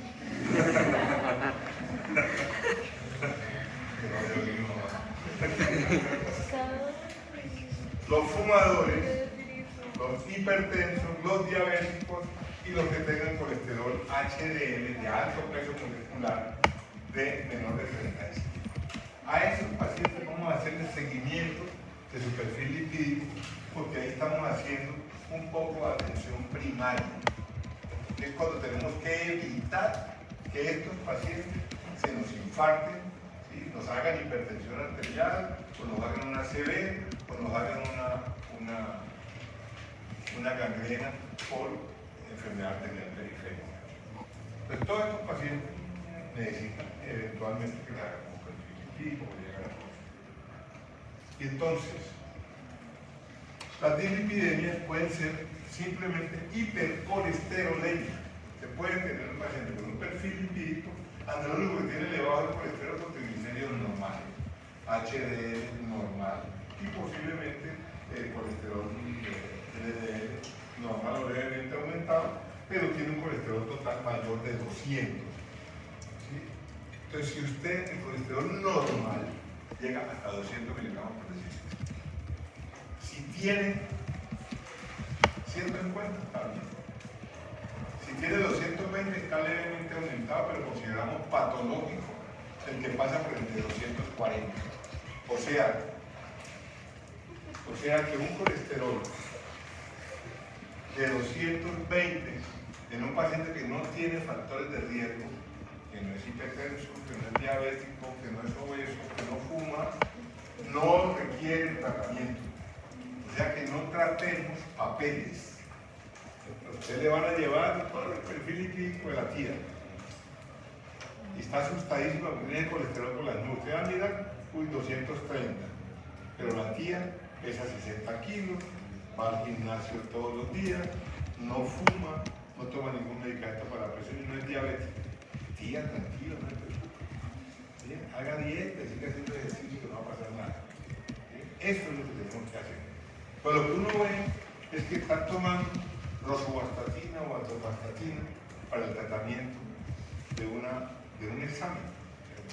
Tenemos que tratar siempre, nunca me cansaré de estarles diciendo a ustedes todos los días, traten pacientes, no traten exámenes. El paciente su integralidad, sepan de dónde viene, qué come, qué cara tiene, a que ustedes puedan verlo como ser humano. Si el colesterol total es mayor de 200, a ver, esta es la parte que me pasó a decir. Si ese paciente no tiene factores de riesgo, tiene 200, y si llega el paciente a consulta a los 45 años, le pide usted glicemia, lo pesa, lo talla, le toma la tensión arterial, el paciente llega a un chequeo.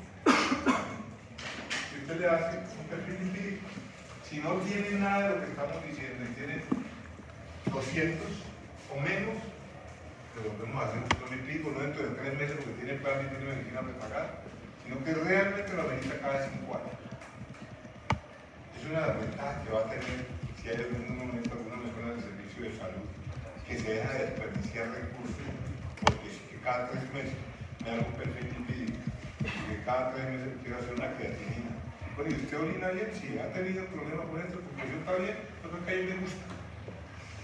Ah, y el otro doctor sí me lo ordenaba. Es que tenemos que mejorar la medicina en ese sentido. Si es mayor o igual a 200, ¿cierto? Una segunda medición y determinar el colesterol HDL, un perfil lipídico completo para estar más tranquilo. Si está entre 200 y 239 y el HDL menor de 35 o hay factores de riesgo, entonces tenemos que completar el estudio general. Entonces, colesterol total, ¿cierto? Máximo, lo normal es 200 o menos, ¿cierto? Muchos pacientes, y lo consideramos patológico, que ameritan más estudios o tratamiento si está mayor de 240, ¿correcto? El colesterol HDL, que es el de alto peso molecular, su nivel mínimo debe ser de 35. Antes se consideraba el colesterol bueno, ¿correcto? Que teóricamente daba protección, pero no era protección. Lo que pasa es que las placas de colesterol HDL son más estables y menos menos endurecimiento de la pared vascular, un menor riesgo de aterosclerosis con el HDL, pero no es que protejan de nada, ¿correcto? Pero el valor debe ser entre 35 y 40 en hombres y mayor de 40 en mujeres.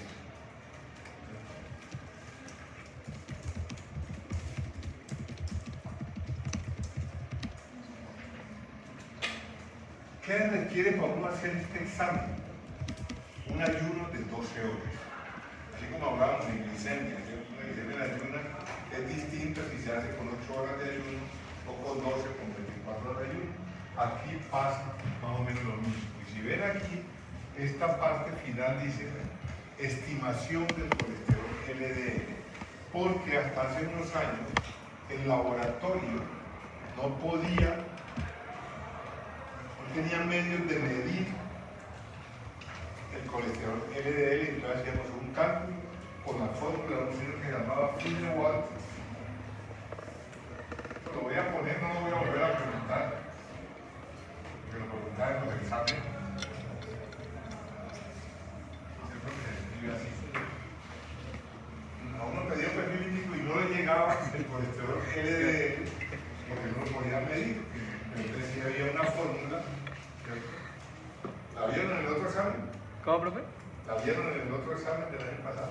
Porque yo la preguntaba. Entonces es igual a colesterol HDL más triglicéridos sobre 5, ¿cierto? Y colesterol total menos esto, ¿sí? ¿De acuerdo? Ese es el valor del LDL cuando uno le llegue en el perfil lipídico, porque es que a veces eso lo cobran los laboratorios por cada uno de los elementos.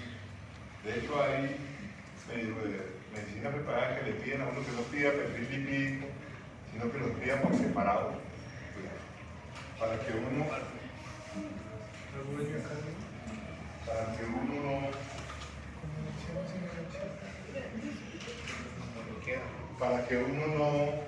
lo calcule, ¿cierto? Para disminuir sus costos. Pero como para nosotros el más importante de todo, como factor de riesgo, es el LDL. Si no nos llega en el examen, tenemos que calcularlo y lo calculan por medio de esa fórmula. ¿De acuerdo?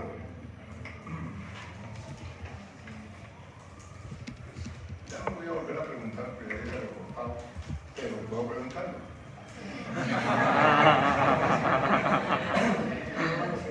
Como veo que todo el mundo, ni siquiera miraron eso, entonces es mejor preguntarlo para que sepan que hay un recurso cuando no llega el resultado. Entonces, las dislipidemias tienen varias presentaciones. Una, hipercolesterolemia aislada, que es cuando tenemos colesterol LDL alto. Eso es lo que tenemos un colesterol LDL que normalmente, ¿cierto?, está menor o igual a 130. ¿De acuerdo? En el paciente sin factores de riesgo. Y se tolera entre 130 y 160 en un paciente con 0 factor de riesgo. Eso es raro, pero es normal hasta ese momento. El paciente diabético menor de 100 y el paciente con cardiopatía isquémica menor de 55. ¿Está claro? La idea que tienen los sabios de esto es que en el futuro para la diabetes vamos a requerir menor de 70. LDL. LDL normal en un paciente sin factores de riesgo de 130 a 160. El paciente diabético menor de 100, el paciente con enfermedad coronaria, cardiopatía isquémica menor de 55. Por eso ustedes ven que en el manejo del infarto de miocardio, una de las fórmulas es atorvastatina, a 80 miligramos, una carga grande para estabilizar esa placa de colesterol LDL. Hipertriglicéridos aislada por elevación de triglicéridos, el valor normal de triglicéridos máximo 150. ¿Correcto? La mixta, cuando tenemos LDL y triglicéridos elevados, y la del HDL bajo aislado. Porque cuando usted tiene bajo HDL, posiblemente, con un colesterol normal, posiblemente tiene alto el LDL, por eso se convierte en un factor de riesgo.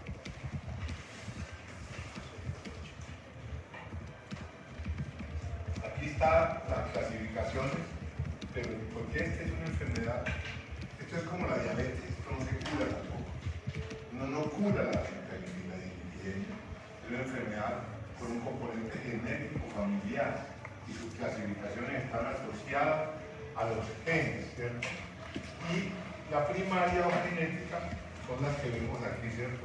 Poligénica, familiar combinada, déficit de lipasa en cuanto a triglicéridos, y las secundarias que vamos a encontrar asociadas a la dislipidemia, tenemos el hipotiroidismo. Cuando hacemos la hormona implante de tiroides, vamos a ver, cuando miremos un perfil lipídico alterado, tenemos que considerar la posibilidad de que el paciente tenga hipotiroidismo y vamos a pedir entonces una TSH y una T4 libre. El paciente con síndrome nefrótico, la colestasis intrahepática, hipertriglicéridos, los obesos, la diabetes y la falla renal crónica, y estos consumos ambientales, ¿cierto? El tabaquismo, el alcohol, ¿cierto? Los andrógenos y los beta-bloqueantes, los diuréticos y el tratamiento estrogénico para la clasificación de secundarias. Entonces tenemos dos dislipidemias primarias que tienen origen genético y secundarias asociadas a otras patologías como las que vemos aquí.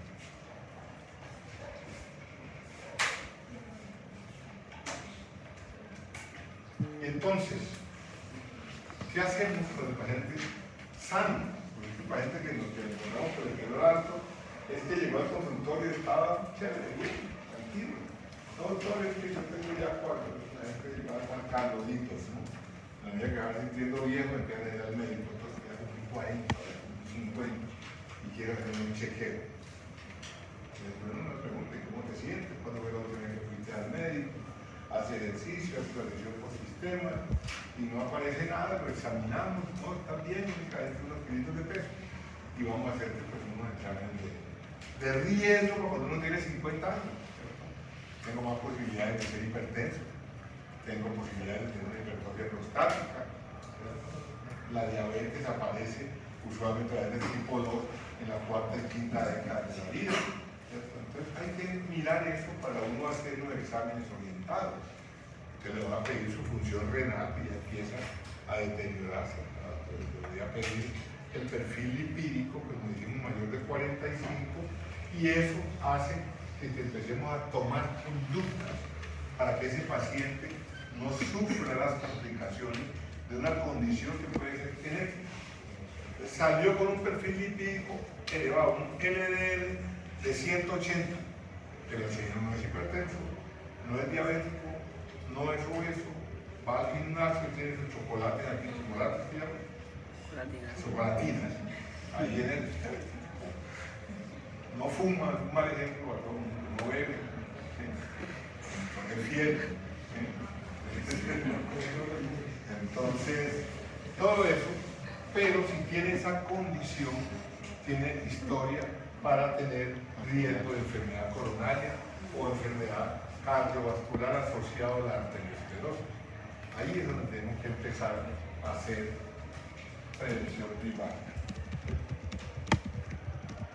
Si antes del paciente, todo eso es cuando el paciente está sano, no es hipertenso, no está diabético, no tiene sobrepeso, ese paciente tenemos que hacer prevención primaria.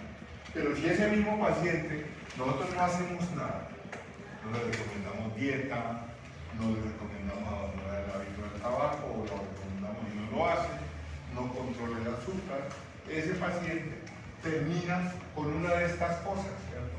Enfermedad coronaria, enfermedad cerebrovascular, enfermedad periférica, diabetes. Ese paciente ya no vamos a hacer prevención primaria. Ahí ya no estamos haciendo lo que sería ideal en la medicina. La medicina debería ser una ciencia diseñada para mantener a los pacientes, diseñada para mantener a los pacientes sanos. Deberían pagarnos plata para que sus pacientes no se enfermen. El sistema de salud debería servir para saber que no se enfermen. Pues obviamente todos nos vamos a enfermar en algún momento, pero no se enfermen de enfermedades prevenibles. Es decir, el ACV asociado a hipertensión, asociado a diabetes, debería aparecer allá en los 80 años, pero nadie a los 50 años debería tener un ACV con una emergencia hipertensiva, porque hemos hecho prevención primaria. Ningún paciente debería hacerse acidosis diabética, ¿sí? Si fue bien diagnosticado y le clasificamos el tratamiento. Eso sería la atención primaria. Lo demás nos han convertido a los médicos en guerreros contra la muerte y en curadores de enfermedades y en formuladores de medicamentos. Pero casi ninguno sabe ni a dónde vive.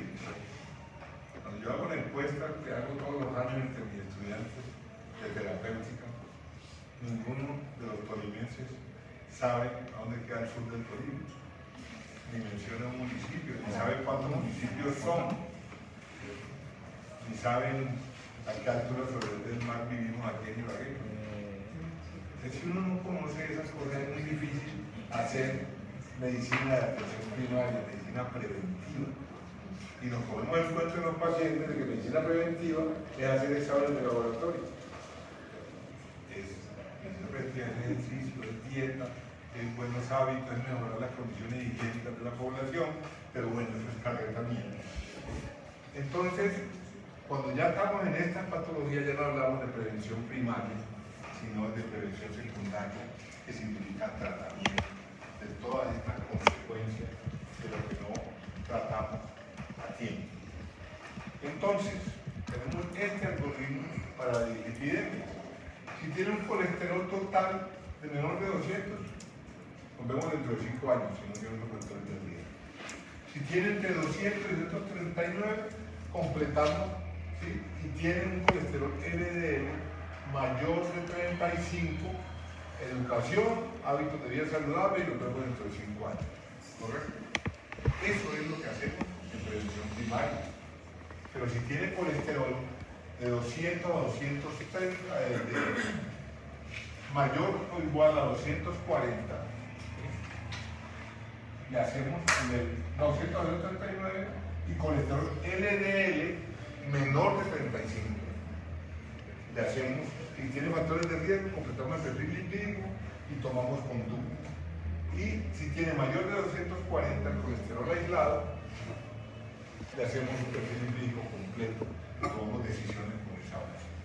Esto está diseñado si pudiéramos hacer exámenes de colesterol solo aislado. Entonces, usualmente desde el primer día pedimos el perfil lipídico, pero ya sabemos que si encontramos solamente el colesterol total elevado en un paciente sin factores de riesgo, con el LDL normal y HDL por encima de 35, lo citamos para dentro de 2 años o 5 años, según la condición del paciente. Ya que no corran a formular estatinas a un papel donde dice que el colesterol está en 230 y la gente se asusta.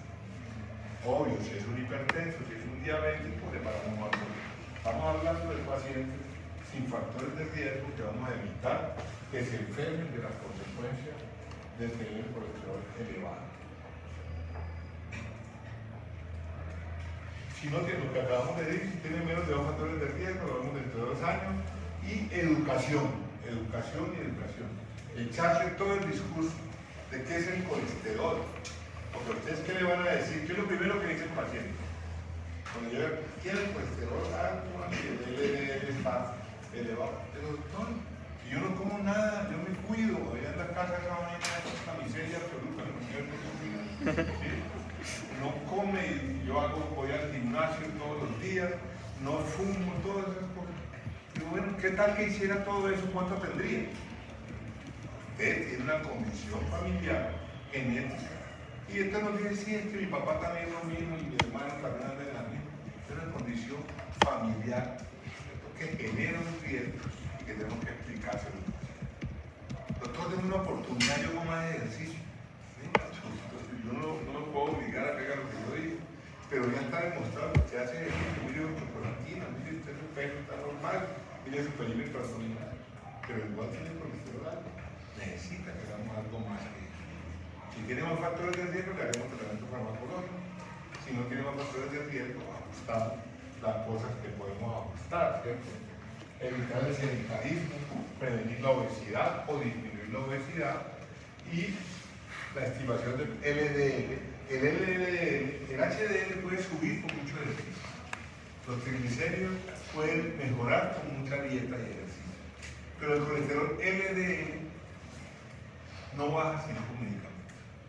Entonces, por eso, siempre la meta no es hacer diagnósticos solamente con los resultados del laboratorio, sino con el paciente ahora, para poder uno decidir, esto es una enfermedad que nadie le va a curar. Entonces a uno le llega un señor de 40 años con una dislipidemia y le voy a dar tratamiento, tengo que saber qué voy a hacer, porque es tratamiento para toda la vida. A un tipo que no le duele nada, no le rasca, no se fatiga, no le duele la barriga, tiene una tensión arterial todavía normal, pero tiene un LDL de 220, ¿cómo se lo dejo? Lo tengo que tratar. Lo tengo que llamar y darme de motivo a poder explicar a él que no puede abandonar el tratamiento, que va a volver a subir y cómo hacemos las conductas terapéuticas en prevención primaria es lo que acabamos de ver.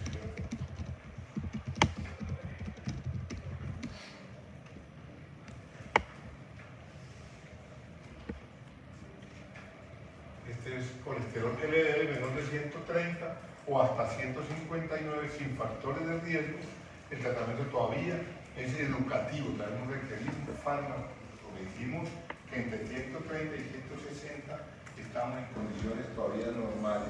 Y si no tengo factores de riesgo, es seguimiento. Si son mayor de 160, sí, pero tienen más factores de riesgo, requerimos tener tratamiento para la dislipidemia. Ya que no puede mirarse la dislipidemia aislada, hay que mirar los otros factores de riesgo antes de tomar decisiones alegres. Una cosa es tenerlo elevado, ¿cierto?, y no tener factores de riesgo, y otra cosa es tenerlo elevado y ser diabético, o ser hipertenso, o ser obeso, o ser sedentario, que son factores de riesgo adicionales. ¿Y cuáles son los objetivos terapéuticos? Disminuir el riesgo cardiovascular o la muerte por causa cardiovascular. Se ha demostrado que es beneficioso disminuir el riesgo en el paciente con lípidos, ¿cierto?, sin patología actual, que sería la prevención primaria, pero también en el paciente que ya tiene la enfermedad, disminuimos el riesgo de que presente otra o otro evento similar si tratamos la dislipidemia.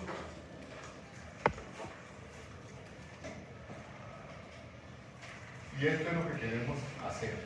Son las metas nuestras de colesterol LDL. En el paciente sin enfermedad cardiovascular y menos de 2 factores de riesgo, menor de 160.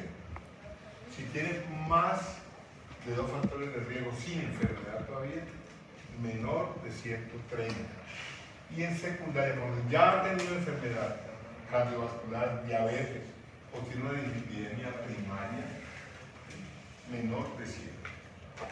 Ya lo habíamos dicho, ¿cierto? Entonces, eso es lo que vamos a tratar de mantener como meta terapéutica en prevención primaria y secundaria. Entonces, podemos subir los colesteroles de nivel de colesterol en la mayor de 35, mayor de 45, bajar los triglicéridos a menos de 160, mantener la glicemia normal, el peso, las cifras de presión arterial, abandonar el cigarrillo y mantener o aumentar una actividad física que se desarrolle. Entonces, no solamente tenemos que trabajar sobre el colesterol total, y sobre el colesterol LDL, sino sobre los otros factores de riesgo. De nada me sirve darle un tratamiento para el colesterol LDL si la presión sigue alta o si no logro controlar los niveles de glicemia en sangre o si no logro controlar el peso o si el frente sigue fumando. Es un paquete integral, porque esto es un síndrome, un conjunto de circunstancias que son enfermedades por separado, pero que unidas se constituyen en un síndrome que son factores de riesgo para todo esto. Y si ustedes revisan hipertensión y revisan diabetes, verán que los factores de riesgo son casi los mismos. Así como en la diabetes, la alteración de los lípidos es un factor de riesgo, en los lípidos la alteración de la glicemia es un factor de riesgo. Y el tabaco es transversal a todas las enfermedades crónicas, metabólicas y cardiovasculares o cerebrovasculares.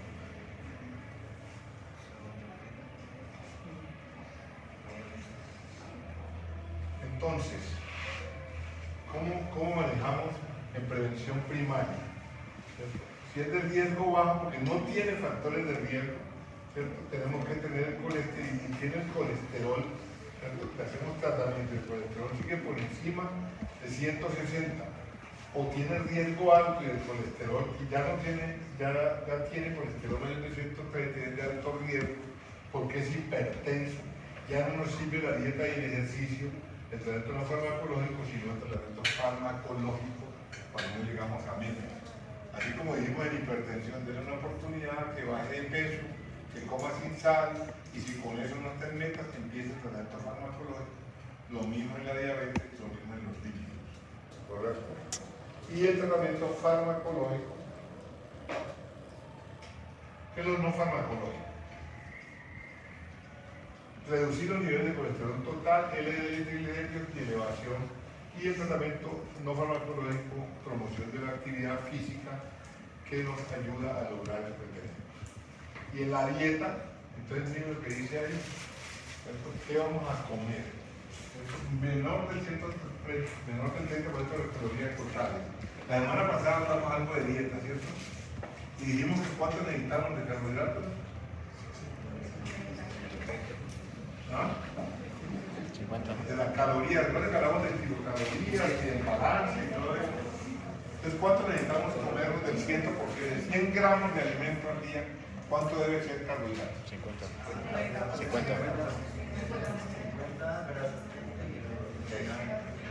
Y es lo que le están diciendo aquí, normalmente usted se debe comer en grasa 30%, pero si tiene dislipidemia, vamos a bajar la cantidad de consumo de grasa menor del 30%, ¿cierto? ¿Y en qué vamos a utilizar? Ácidos grasos saturados y en la primera etapa 8 a 10%, en cambio en la segunda menor del 7% de todas estas grasas, como la vamos a distribuir. Los carbohidratos, ya como estamos grasas, subimos la fuente de energía a carbohidratos al 55% y las proteínas en el 15 a 20% de los grasas. Lo que hacemos es ese 50%, 30 y 20, modificarlo para que el aporte calórico se disminuya en cuanto al aporte de grasa. En ese paciente lo subimos en el aporte de carbohidratos.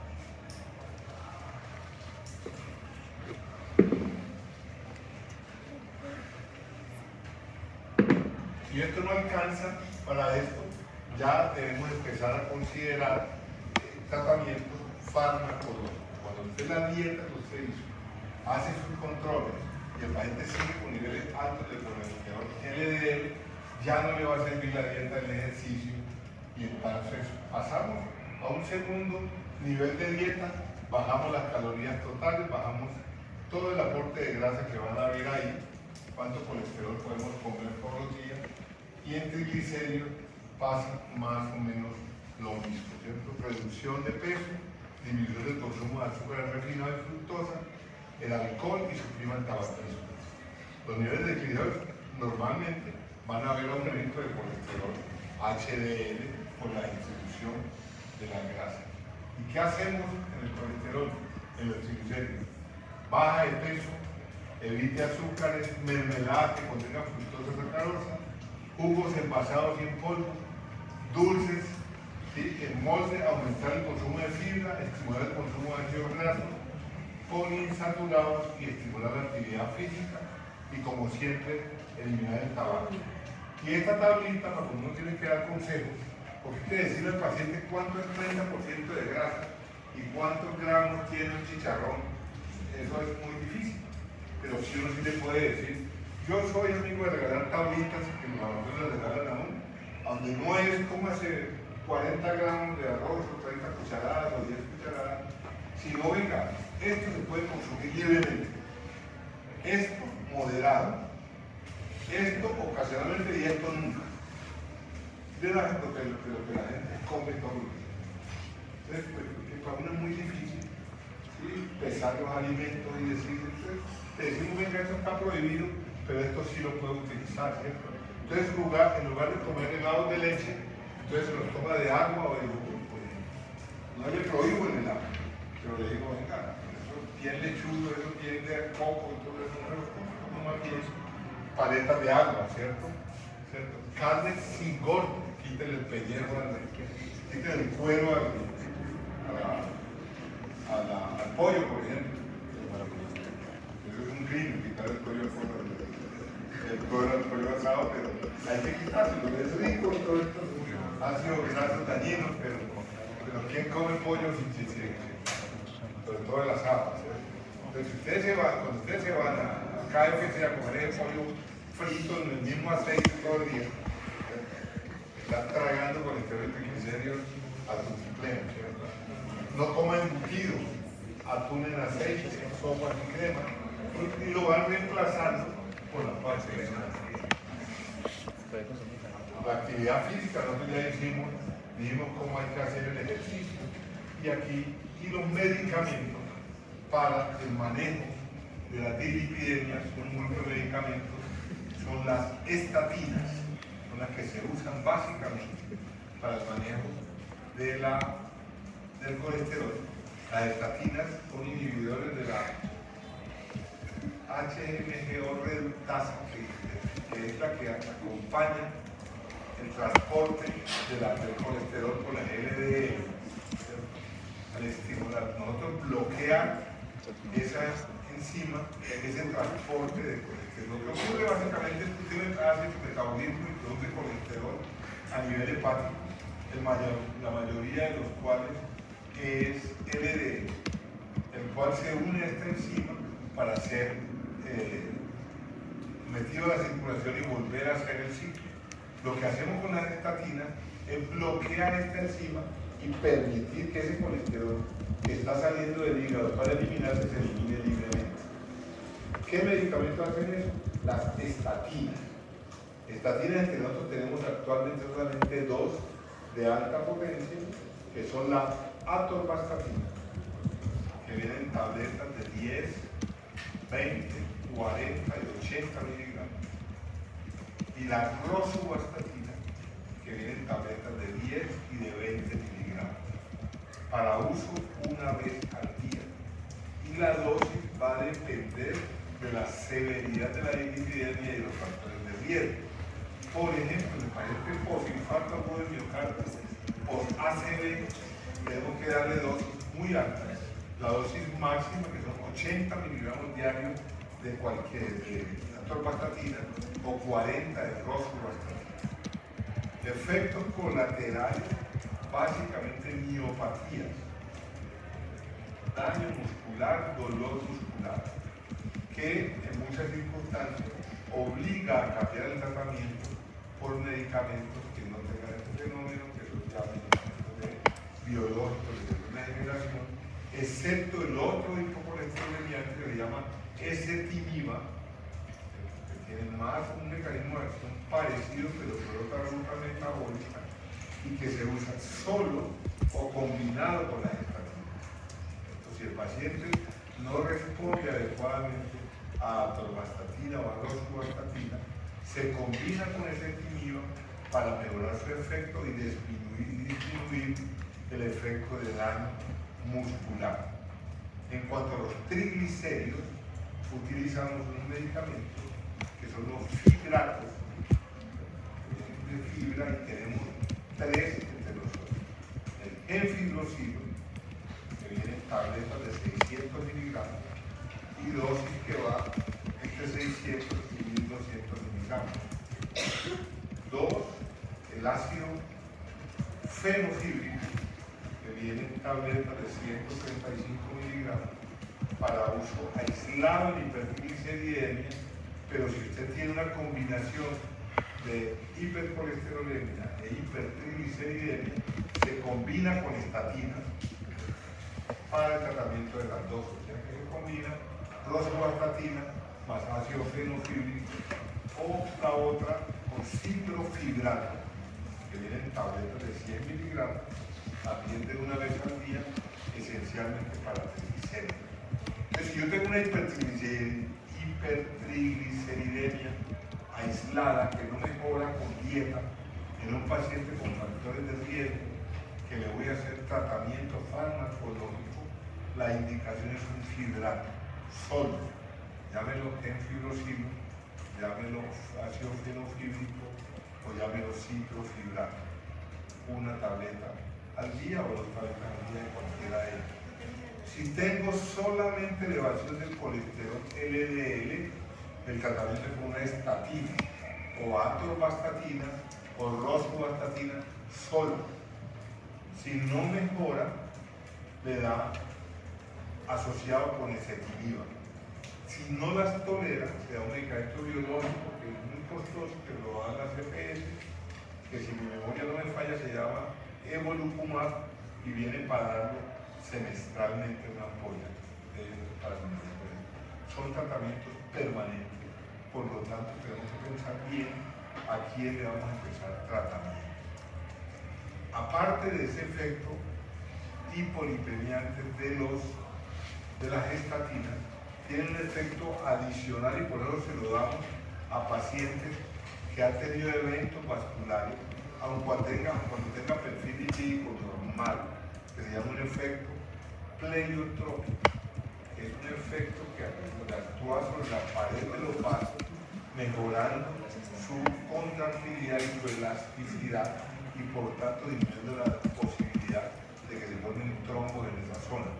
Entonces, paciente con cardiopatía isquémica, así tenga el perfil lipídico normal, hay que darle estatinas en el manejo de la fase aguda y en el primer año siempre va a estar con estatinas para estar cumpliendo al respecto. Requiere, antes de iniciar estatina, pruebas de función hepática. Los pacientes con elevación de transaminasa tenemos que tener cuidado con el riesgo de hepatopatía que nos preguntaba el doctor Ney. Si hay esa alteración, tenemos que usar medicamentos distintos de las estatinas para el manejo de las dislipidemias. Entonces, en resumen, los lípidos son un factor de riesgo importante cardiovascular, principalmente el colesterol LDL, que es nuestra meta. Cuando uno pregunta por qué es su meta de la dislipidemia, es mantener el colesterol LDL en un paciente sin factores de riesgo entre 130 y 160, con factores de riesgo sin enfermedad declarada entre 100 y 130. Y si es diabético o tiene enfermedad cardiovascular o es hipertenso o tiene antecedentes de accidente cerebrovascular, menor de 70. Y si tiene antecedentes, menor de 100. Y si tiene antecedentes de cardiopatía isquémica, menor de 55 el colesterol LDL. Los triglicéridos hay que mantenerlos por debajo de 150. Y el colesterol total por debajo de 239 en los pacientes sin factores de riesgo y por debajo de 200 en pacientes con factores de riesgo o con enfermedad en un tratamiento de prevención secundaria. ¿Listo? Entonces nos queda para metabolismo enfermedades tiroideas y no más. Y pasaríamos a hablar de antibióticos y antimicrobianos. De parasitismo intestinal, antibióticos, antimicóticos. En las próximas las dos sesiones de la llamada. este semestre nos va a rendir bastante. Profe, ¿usted que va a dar antibióticos alimentadores para el examen parcial? ¿Qué?